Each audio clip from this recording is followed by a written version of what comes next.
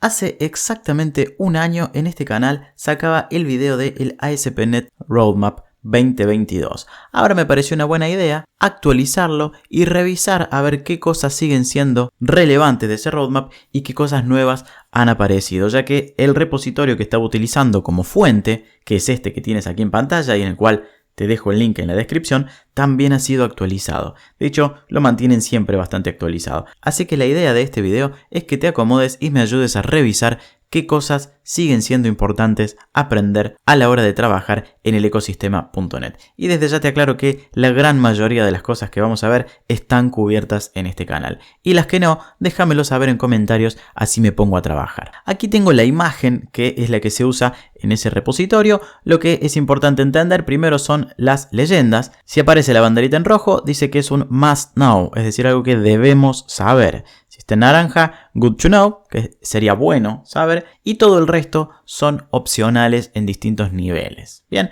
vamos a repasar y yo también voy a dar mi opinión de lo que me parece respecto a eso o no. Primero que nada, las habilidades generales a la hora de desarrollar. Esto es fundamental, lo hablamos siempre en el canal y en mi cuenta de Twitter y en TikTok. Esto es lo más importante. Primero que nada, Git. No podemos hoy por hoy no saber versionar nuestro código, ¿bien? Tengo un curso completo de Git y también tengo varios videos en este canal en donde te explico cómo utilizarlo.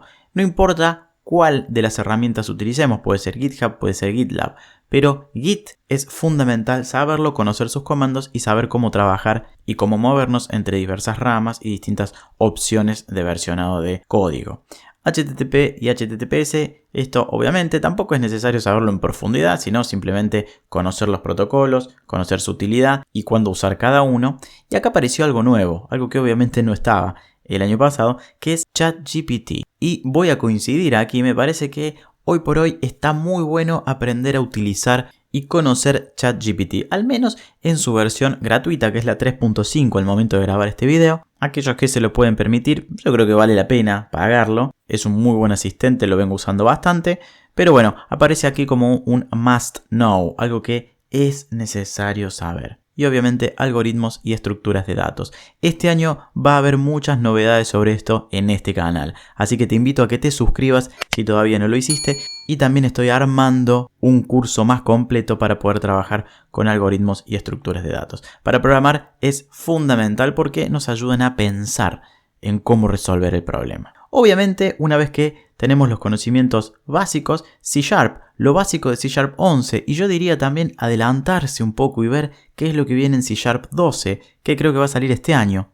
Y lo mismo nos recomienda con .NET 7 y .NET 8. La verdad es que no cambia tanto entre una versión y la otra, pero sí que es bueno siempre tener una idea de qué cosas son nuevas para poder empezar a utilizarlas, obviamente.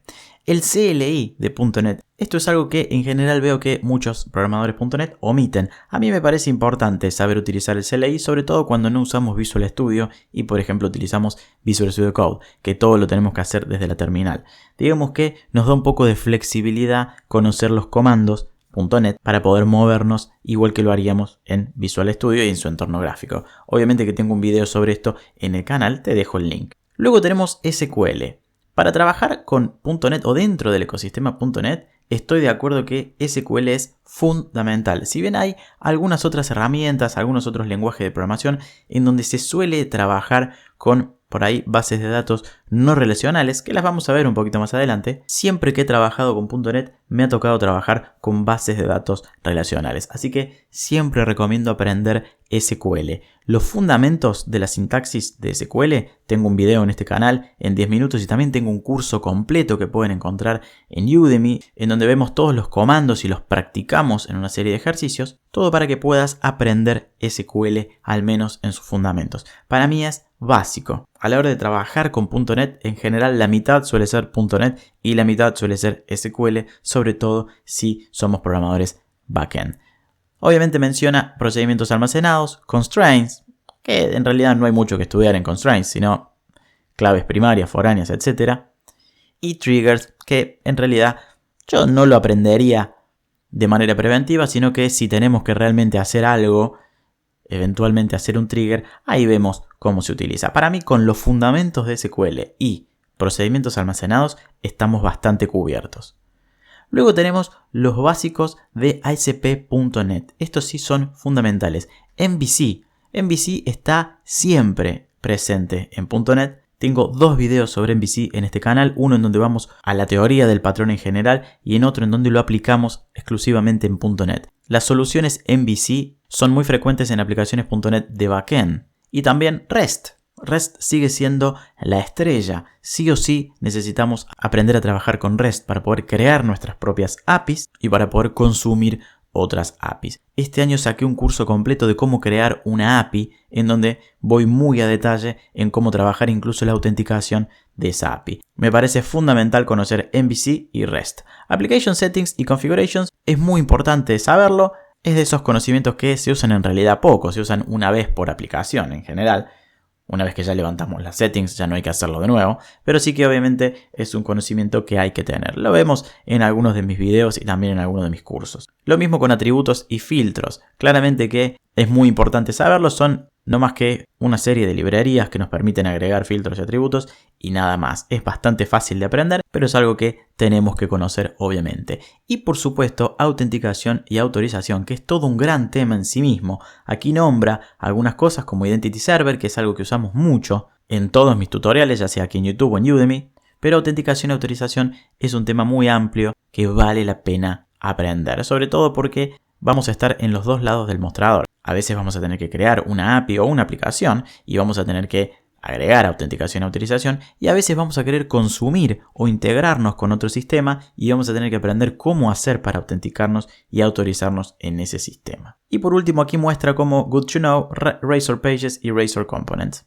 Que sí, lo dejaría ahí como un Good to Know. Si trabajamos con MVC exclusivamente, entonces sí. Pero si no, por ahí no hace tanta falta. Obviamente la sintaxis Razor es importante, es muy fácil de aprender, la vemos en mis cursos de Blazor, por ejemplo, pero la verdad es que no hay tanto para cubrir, es simplemente una forma de trabajar en el frontend más que nada. Me parece bien en Good to Know, solamente las aprendería si las voy a utilizar. Un programador que es puramente backend no tiene la necesidad de aprender, obviamente, Razor Pages y Razor Components. Solid. Solid es muy importante, son los principios ampliamente utilizados. Tengo un video en este canal en donde te lo explico muy rápido, voy uno por uno y te doy un ejemplo práctico para que lo aprendas. Los principios Solid nos dan una base para trabajar a todos los desarrolladores. Si todos conociéramos y aplicáramos los principios Solid, entonces las soluciones serían mucho más limpias de lo que terminan siendo. Nos dan una base, nos enseñan a pensar de cierta manera y a tener unos principios y lineamientos básicos a la hora de resolver después los propios problemas que tenemos que resolver en nuestras soluciones.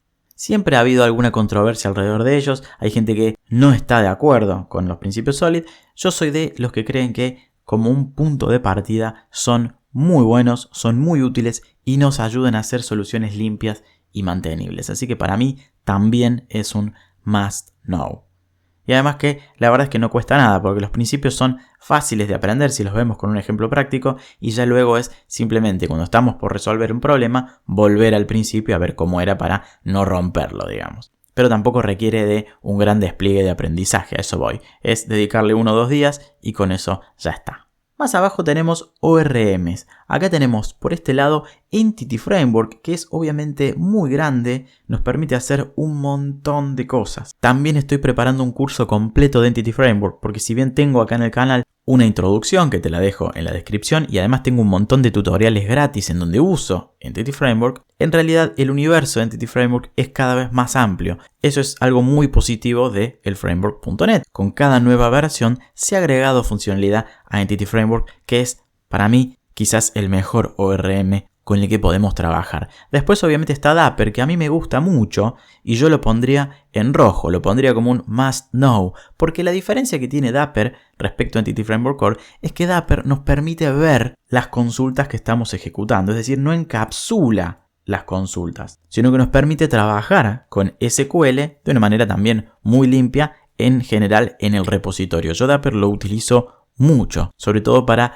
soluciones complejas en las cuales necesito trabajar con una consulta que es muy fina, que es muy detallada, etc. Dapper funciona muy bien y también es muy completo, así que yo esto lo pondría como un must know. Para mí Dapper hay que aprenderlo sí o sí. Y luego tenemos obviamente la inyección de dependencias, que llegó en un momento allá por el framework creo que 4.7 y se quedó para siempre, porque es una forma sumamente útil y limpia de gestionar las instancias en nuestras aplicaciones. Seguramente que ya lo conoces, si no, también tengo un video acá en el canal y un montón de tutoriales. En cada uno de mis tutoriales aplicamos la inyección de dependencias, siempre. Obviamente que utilizamos los distintos ciclos de vida de esas instancias, pero lo que cambia es justamente eso, cuál es el ciclo de vida y nada más. Pero de base, la inyección de dependencias funciona siempre de la misma manera. Muy importante saberlo, hoy por hoy esto sí que es un conocimiento que tenemos que tener, sí o sí. Y vayamos ahora a, primero, las bases de datos. Esto es un poco lo que les contaba antes. Fíjense cómo las bases de datos relacionales están en rojo, como must know, y las NoSQL están en naranja, como good to know. Yo pondría en realidad las dos en rojo, porque a mí me parece al menos importante que sepamos utilizar al menos una de cada una. ¿Sí? Al menos una base de datos relacional y una base de datos NoSQL. Me parece que ese sería el mix ideal para el 2023. Porque si bien en general, como decía al principio, me ha tocado trabajar con bases de datos relacionales, también me han tocado hacer pequeños proyectos en donde he tenido que utilizar, por ejemplo, Redis y MongoDB. ¿Sí? Esos son los dos que más tuve que utilizar, que fíjense están en rojo. Y sí, a mí me parece que tenemos que aprender a utilizarlo y por eso en este canal tengo videos específicamente de estos dos. También podría hacer cursos un poco más a detalle. Déjame saber en comentarios si este es contenido que te interese. Si te interesa, lo voy a hacer. Hice un video de Redis en 10 minutos, un video de Mongo en 10 minutos y también tengo un curso de Mongo que va un poco más a detalle, aunque no tanto. Se podría hablar y hacer muchísimo más de Mongo. Si es contenido que te interese, de nuevo te digo, déjamelo saber y entonces me voy a poner a trabajar. Yo en general voy viendo el feedback que obtengo de los videos y en base a eso veo de qué hago más o de qué hago menos. Y en base de datos relacionales tenemos la estrella que es SQL Server. Obviamente en el ecosistema.net de Microsoft SQL Server es el más importante, pero yo diría que Postgre también hay que aprenderlo. Para mí Postgre es un rojo, es un must know. ¿Por qué? Porque es la solución gratuita y de código abierto por excelencia en las bases de datos relacionales. Obviamente MySQL también ha sido muy importante y también se utiliza mucho, por lo cual yo diría que MySQL debería ser un good to know. Tengo videos también en este canal, pero en esencia son muy parecidos. MySQL, Postgre, SQL Server son muy parecidos, pero yo aprendería SQL Server y PostgreSQL. Son los dos que a mí me parecen más importantes. Las diferencias son mínimas. Por eso lo importante es más que nada familiarizarse con el entorno y ya, porque después es SQL. Y en cuanto a caché o caching, como tenemos acá, también es muy importante, aunque yo diría que en menor medida que el resto de las cosas que venimos viendo. No todas las aplicaciones y no todas las soluciones tienen un sistema de caché, pero cuando lo tienen, obviamente que lo tenemos que saber. Acá aparece Redis, ¿sí? Fíjense en el distribuido. Yo diría que al menos familiarizarse con los conceptos viene bien, aunque para mí toda esta área, toda esta sección debería ser un good to know, más que un must know.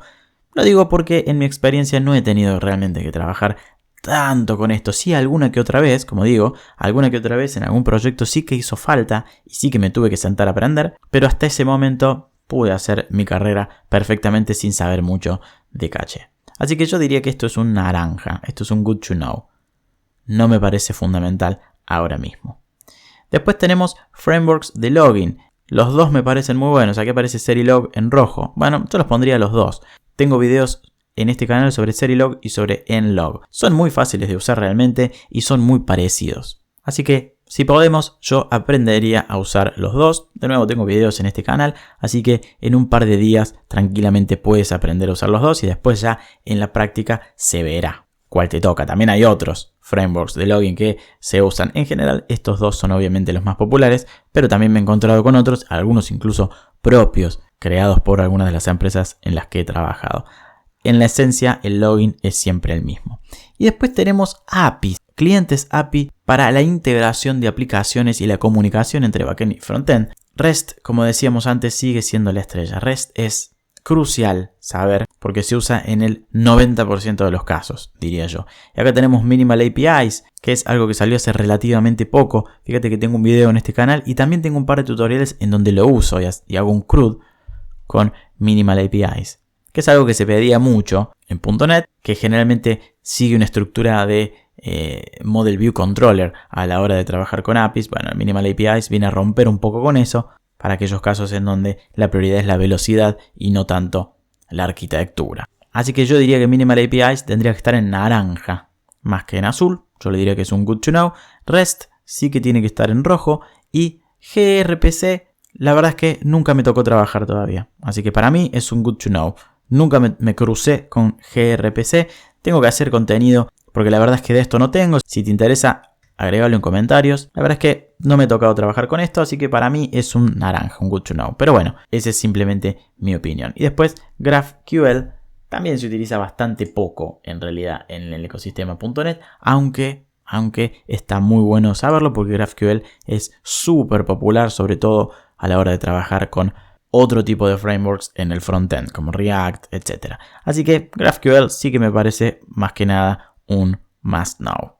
Al menos hay que saber utilizar GraphQL, hay que saber qué es y cómo se consume una API GraphQL. También tengo un video de esto en el canal. Y ya bajando un poquito más tenemos Object Mapping, Automapper. Automapper me parece, estoy de acuerdo con esto, Automapper me parece casi que el único que habría que aprender hoy por hoy. Mapster se utiliza bastante poco, me parece. Automapper para mí es el más importante y el que hay que saber. Obviamente tengo un video en el canal. Y después Background Task Scheduler, es decir, para programar tareas que corran en segundo plano. Hangfire es para mí el más importante, el que más se utiliza. Quartz también me ha tocado utilizar y Corevel alguna que otra vez he tenido que hacer algo, pero siempre Hangfire o obviamente el servicio nativo de Background Services. Esta área está toda como un good to know y estoy de acuerdo, no siempre nos hace falta aprenderlo y una vez que lo tenemos que hacer tampoco es tan difícil de aprender. Así que sí que no me enfocaría en esto al principio si estoy aprendiendo .NET, lo dejaría ahí como un conocimiento good to know. Si no tienes nada que hacer y tienes ganas de aprender algo nuevo, bueno, entonces me parece que está buena la opción y si no, no te estreses, esto lo puedes dejar para más adelante. Y acá tenemos testing. Fíjense qué grande que es el área de testing, lo voy a alejar un poco. Bueno, testing tiene de todo. Y testing es un gran tema en sí mismo. Tengo pendiente sacar un curso, hace muchos años que quiero hacer un curso de testing y nunca me da el tiempo para hacerlo. Tengo sí en este canal dos videos, uno de XUnit y uno de Unit Test en general, obviamente en .NET.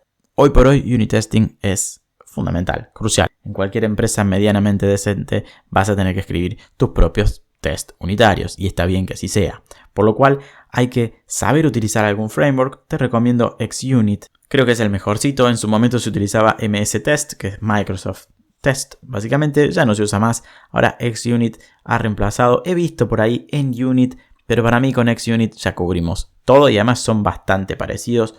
Así que no perdemos nada con aprenderlo. Y obviamente van de la mano. Mocking con Mock, el que tenemos aquí, y Assertion con Fluent Assertions. Todos van de la mano, igual que Fake Data Generators. Obviamente que no siempre tenemos que generar Fake Data, sí que pasa seguido, obviamente, pero no siempre. Así que yo este también lo pondría en naranja, esto sería para mí un good to know. Para mí lo más importante es conocer el framework, saber hacer un mock de servicios o de porciones del código y saber escribir assertions de manera efectiva. Eso para mí es lo más importante. Después tenemos obviamente test de integración con Web Application Factory. Y tenemos un montón de otros tipos de testing, como Behavior Testing o incluso End-to-End Testing, que en general me ha tocado hacerlo con Selenium. No tengo mucho contenido de este en el canal, la verdad, así que si es algo que te interesa y te gustaría ver, de nuevo, déjamelo en comentarios y entonces me pongo a crear algunos videos de testing de integración, End-to-End Testing, etc. Pero lo más importante definitivamente es el Unit Testing. Y después, del otro lado tenemos microservicios. Fíjense todo lo que hay también en microservicios. Bastante grande. Obviamente que microservicios se ha popularizado, ha crecido en popularidad en los últimos años y se utiliza cada vez más. He estado haciendo videos de esto. Tenemos dos videos de SQRS, uno teórico y uno práctico. Tenemos también de Domain Driven Design. También tengo videos de RabbitMQ. Así que hay contenido en este canal como para empezar a aprender de microservicios. Al menos un message broker como RabbitMQ es importante saber. Kafka también se utiliza bastante, yo lo pondría en rojo, aprendería los dos. Y de Message Bus siempre he utilizado Mass Transit, así que estoy de acuerdo, esto también es un must know. Hoy por hoy tenemos que al menos saber de qué se trata, no podemos quedar afuera cuando alguien esté hablando de message brokers Por ejemplo, tenemos que entender qué es un Message Broker, para qué sirve y qué uso le podemos dar. Y obviamente, containers con Docker. Docker es otra de esas cosas que ya hoy por hoy no tenemos excusa, tenemos que saber sí o sí. Después, el orchestration de los contenedores no me parece tan crucial. Obviamente está Kubernetes acá en rojo, pero esta subdivisión está en naranja como un good to know y estoy de acuerdo. En general, más bien, el DevOps es el que se va a encargar de gestionar cómo se orquestan los diferentes contenedores. Y en general está en manos del desarrollador crear, obviamente, su propio contenedor. Así que Docker sí o sí, Docker hay que saber, Kubernetes no realmente. Y vamos a ver qué más tenemos por aquí abajo. Continuous Integration, GitHub Actions. Sí, GitHub Actions es una herramienta muy poderosa que tenemos que aprender y que tenemos que saber usar. También en general esto le pertenece al DevOps, ¿sí? Pero como desarrolladores medio que tenemos que al menos saber cómo funciona por si tenemos que tocar alguna vez alguna GitHub Action o crearla. Dentro de poquito va a salir en este canal un video sobre GitHub Actions, que ya lo tengo ahí pronto a salir. Y también Azure Pipelines. Yo diría Azure Pipelines es bastante utilizado hoy por hoy. Yo mismo lo estoy utilizando ahora en la empresa para la cual trabajo. La verdad es que es bastante parecido, un poco más limitado que GitHub Actions, tengo que decir. Así que si tengo que elegir uno de los dos, yo diría que GitHub Actions está bien así como está en rojo. Y luego patrones de diseño. Claro que esto ya es obviamente material un poco más avanzado. A medida que vamos yendo para abajo en el roadmap, vamos avanzando en lo que hay que aprender. Los patrones de diseño son importantísimos. Tenemos que conocerlos y tenemos que saber trabajar con ellos. Y atentos con esto, que se viene mucho contenido en este canal y también un curso que está pronto a salir de patrones de diseño. Estoy trabajando en eso ahora mismo porque los patrones considero que son un contenido fundamental para cualquier programador en cualquier lenguaje de programación, no solo en C#, F# o lo que sea que trabajes en .NET. Así que patrones de diseño sí o sí, y estos no son tan fáciles de aprender. Así que sí que hay que dedicarle un buen tiempo a aprender patrones, pero es un viaje de ida ya que nos cambia un poco la forma de pensar cuando realmente los entendemos. Así que muy recomendado aprender eso. Después tenemos monitoreo. ¿Sí? Aquí yo no estoy tan de acuerdo. Para mí esto debería ser un good to know. No un must know. Para mí, nosotros desarrolladores no necesariamente tenemos que saber esto. Sí tenemos que saber consultar, obviamente, los logs y ver el monitoreo en dónde está, pero no necesariamente tenemos que aprender a setearlo, ¿no? Yo personalmente he utilizado casi siempre Datadog.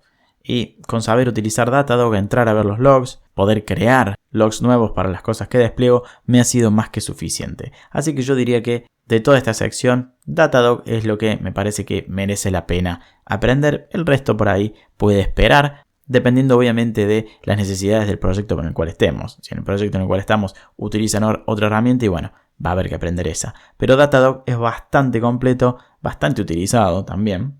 Así que medio que aprender Datadog es un poco aprenderlos todos. Esa sería mi recomendación ahí.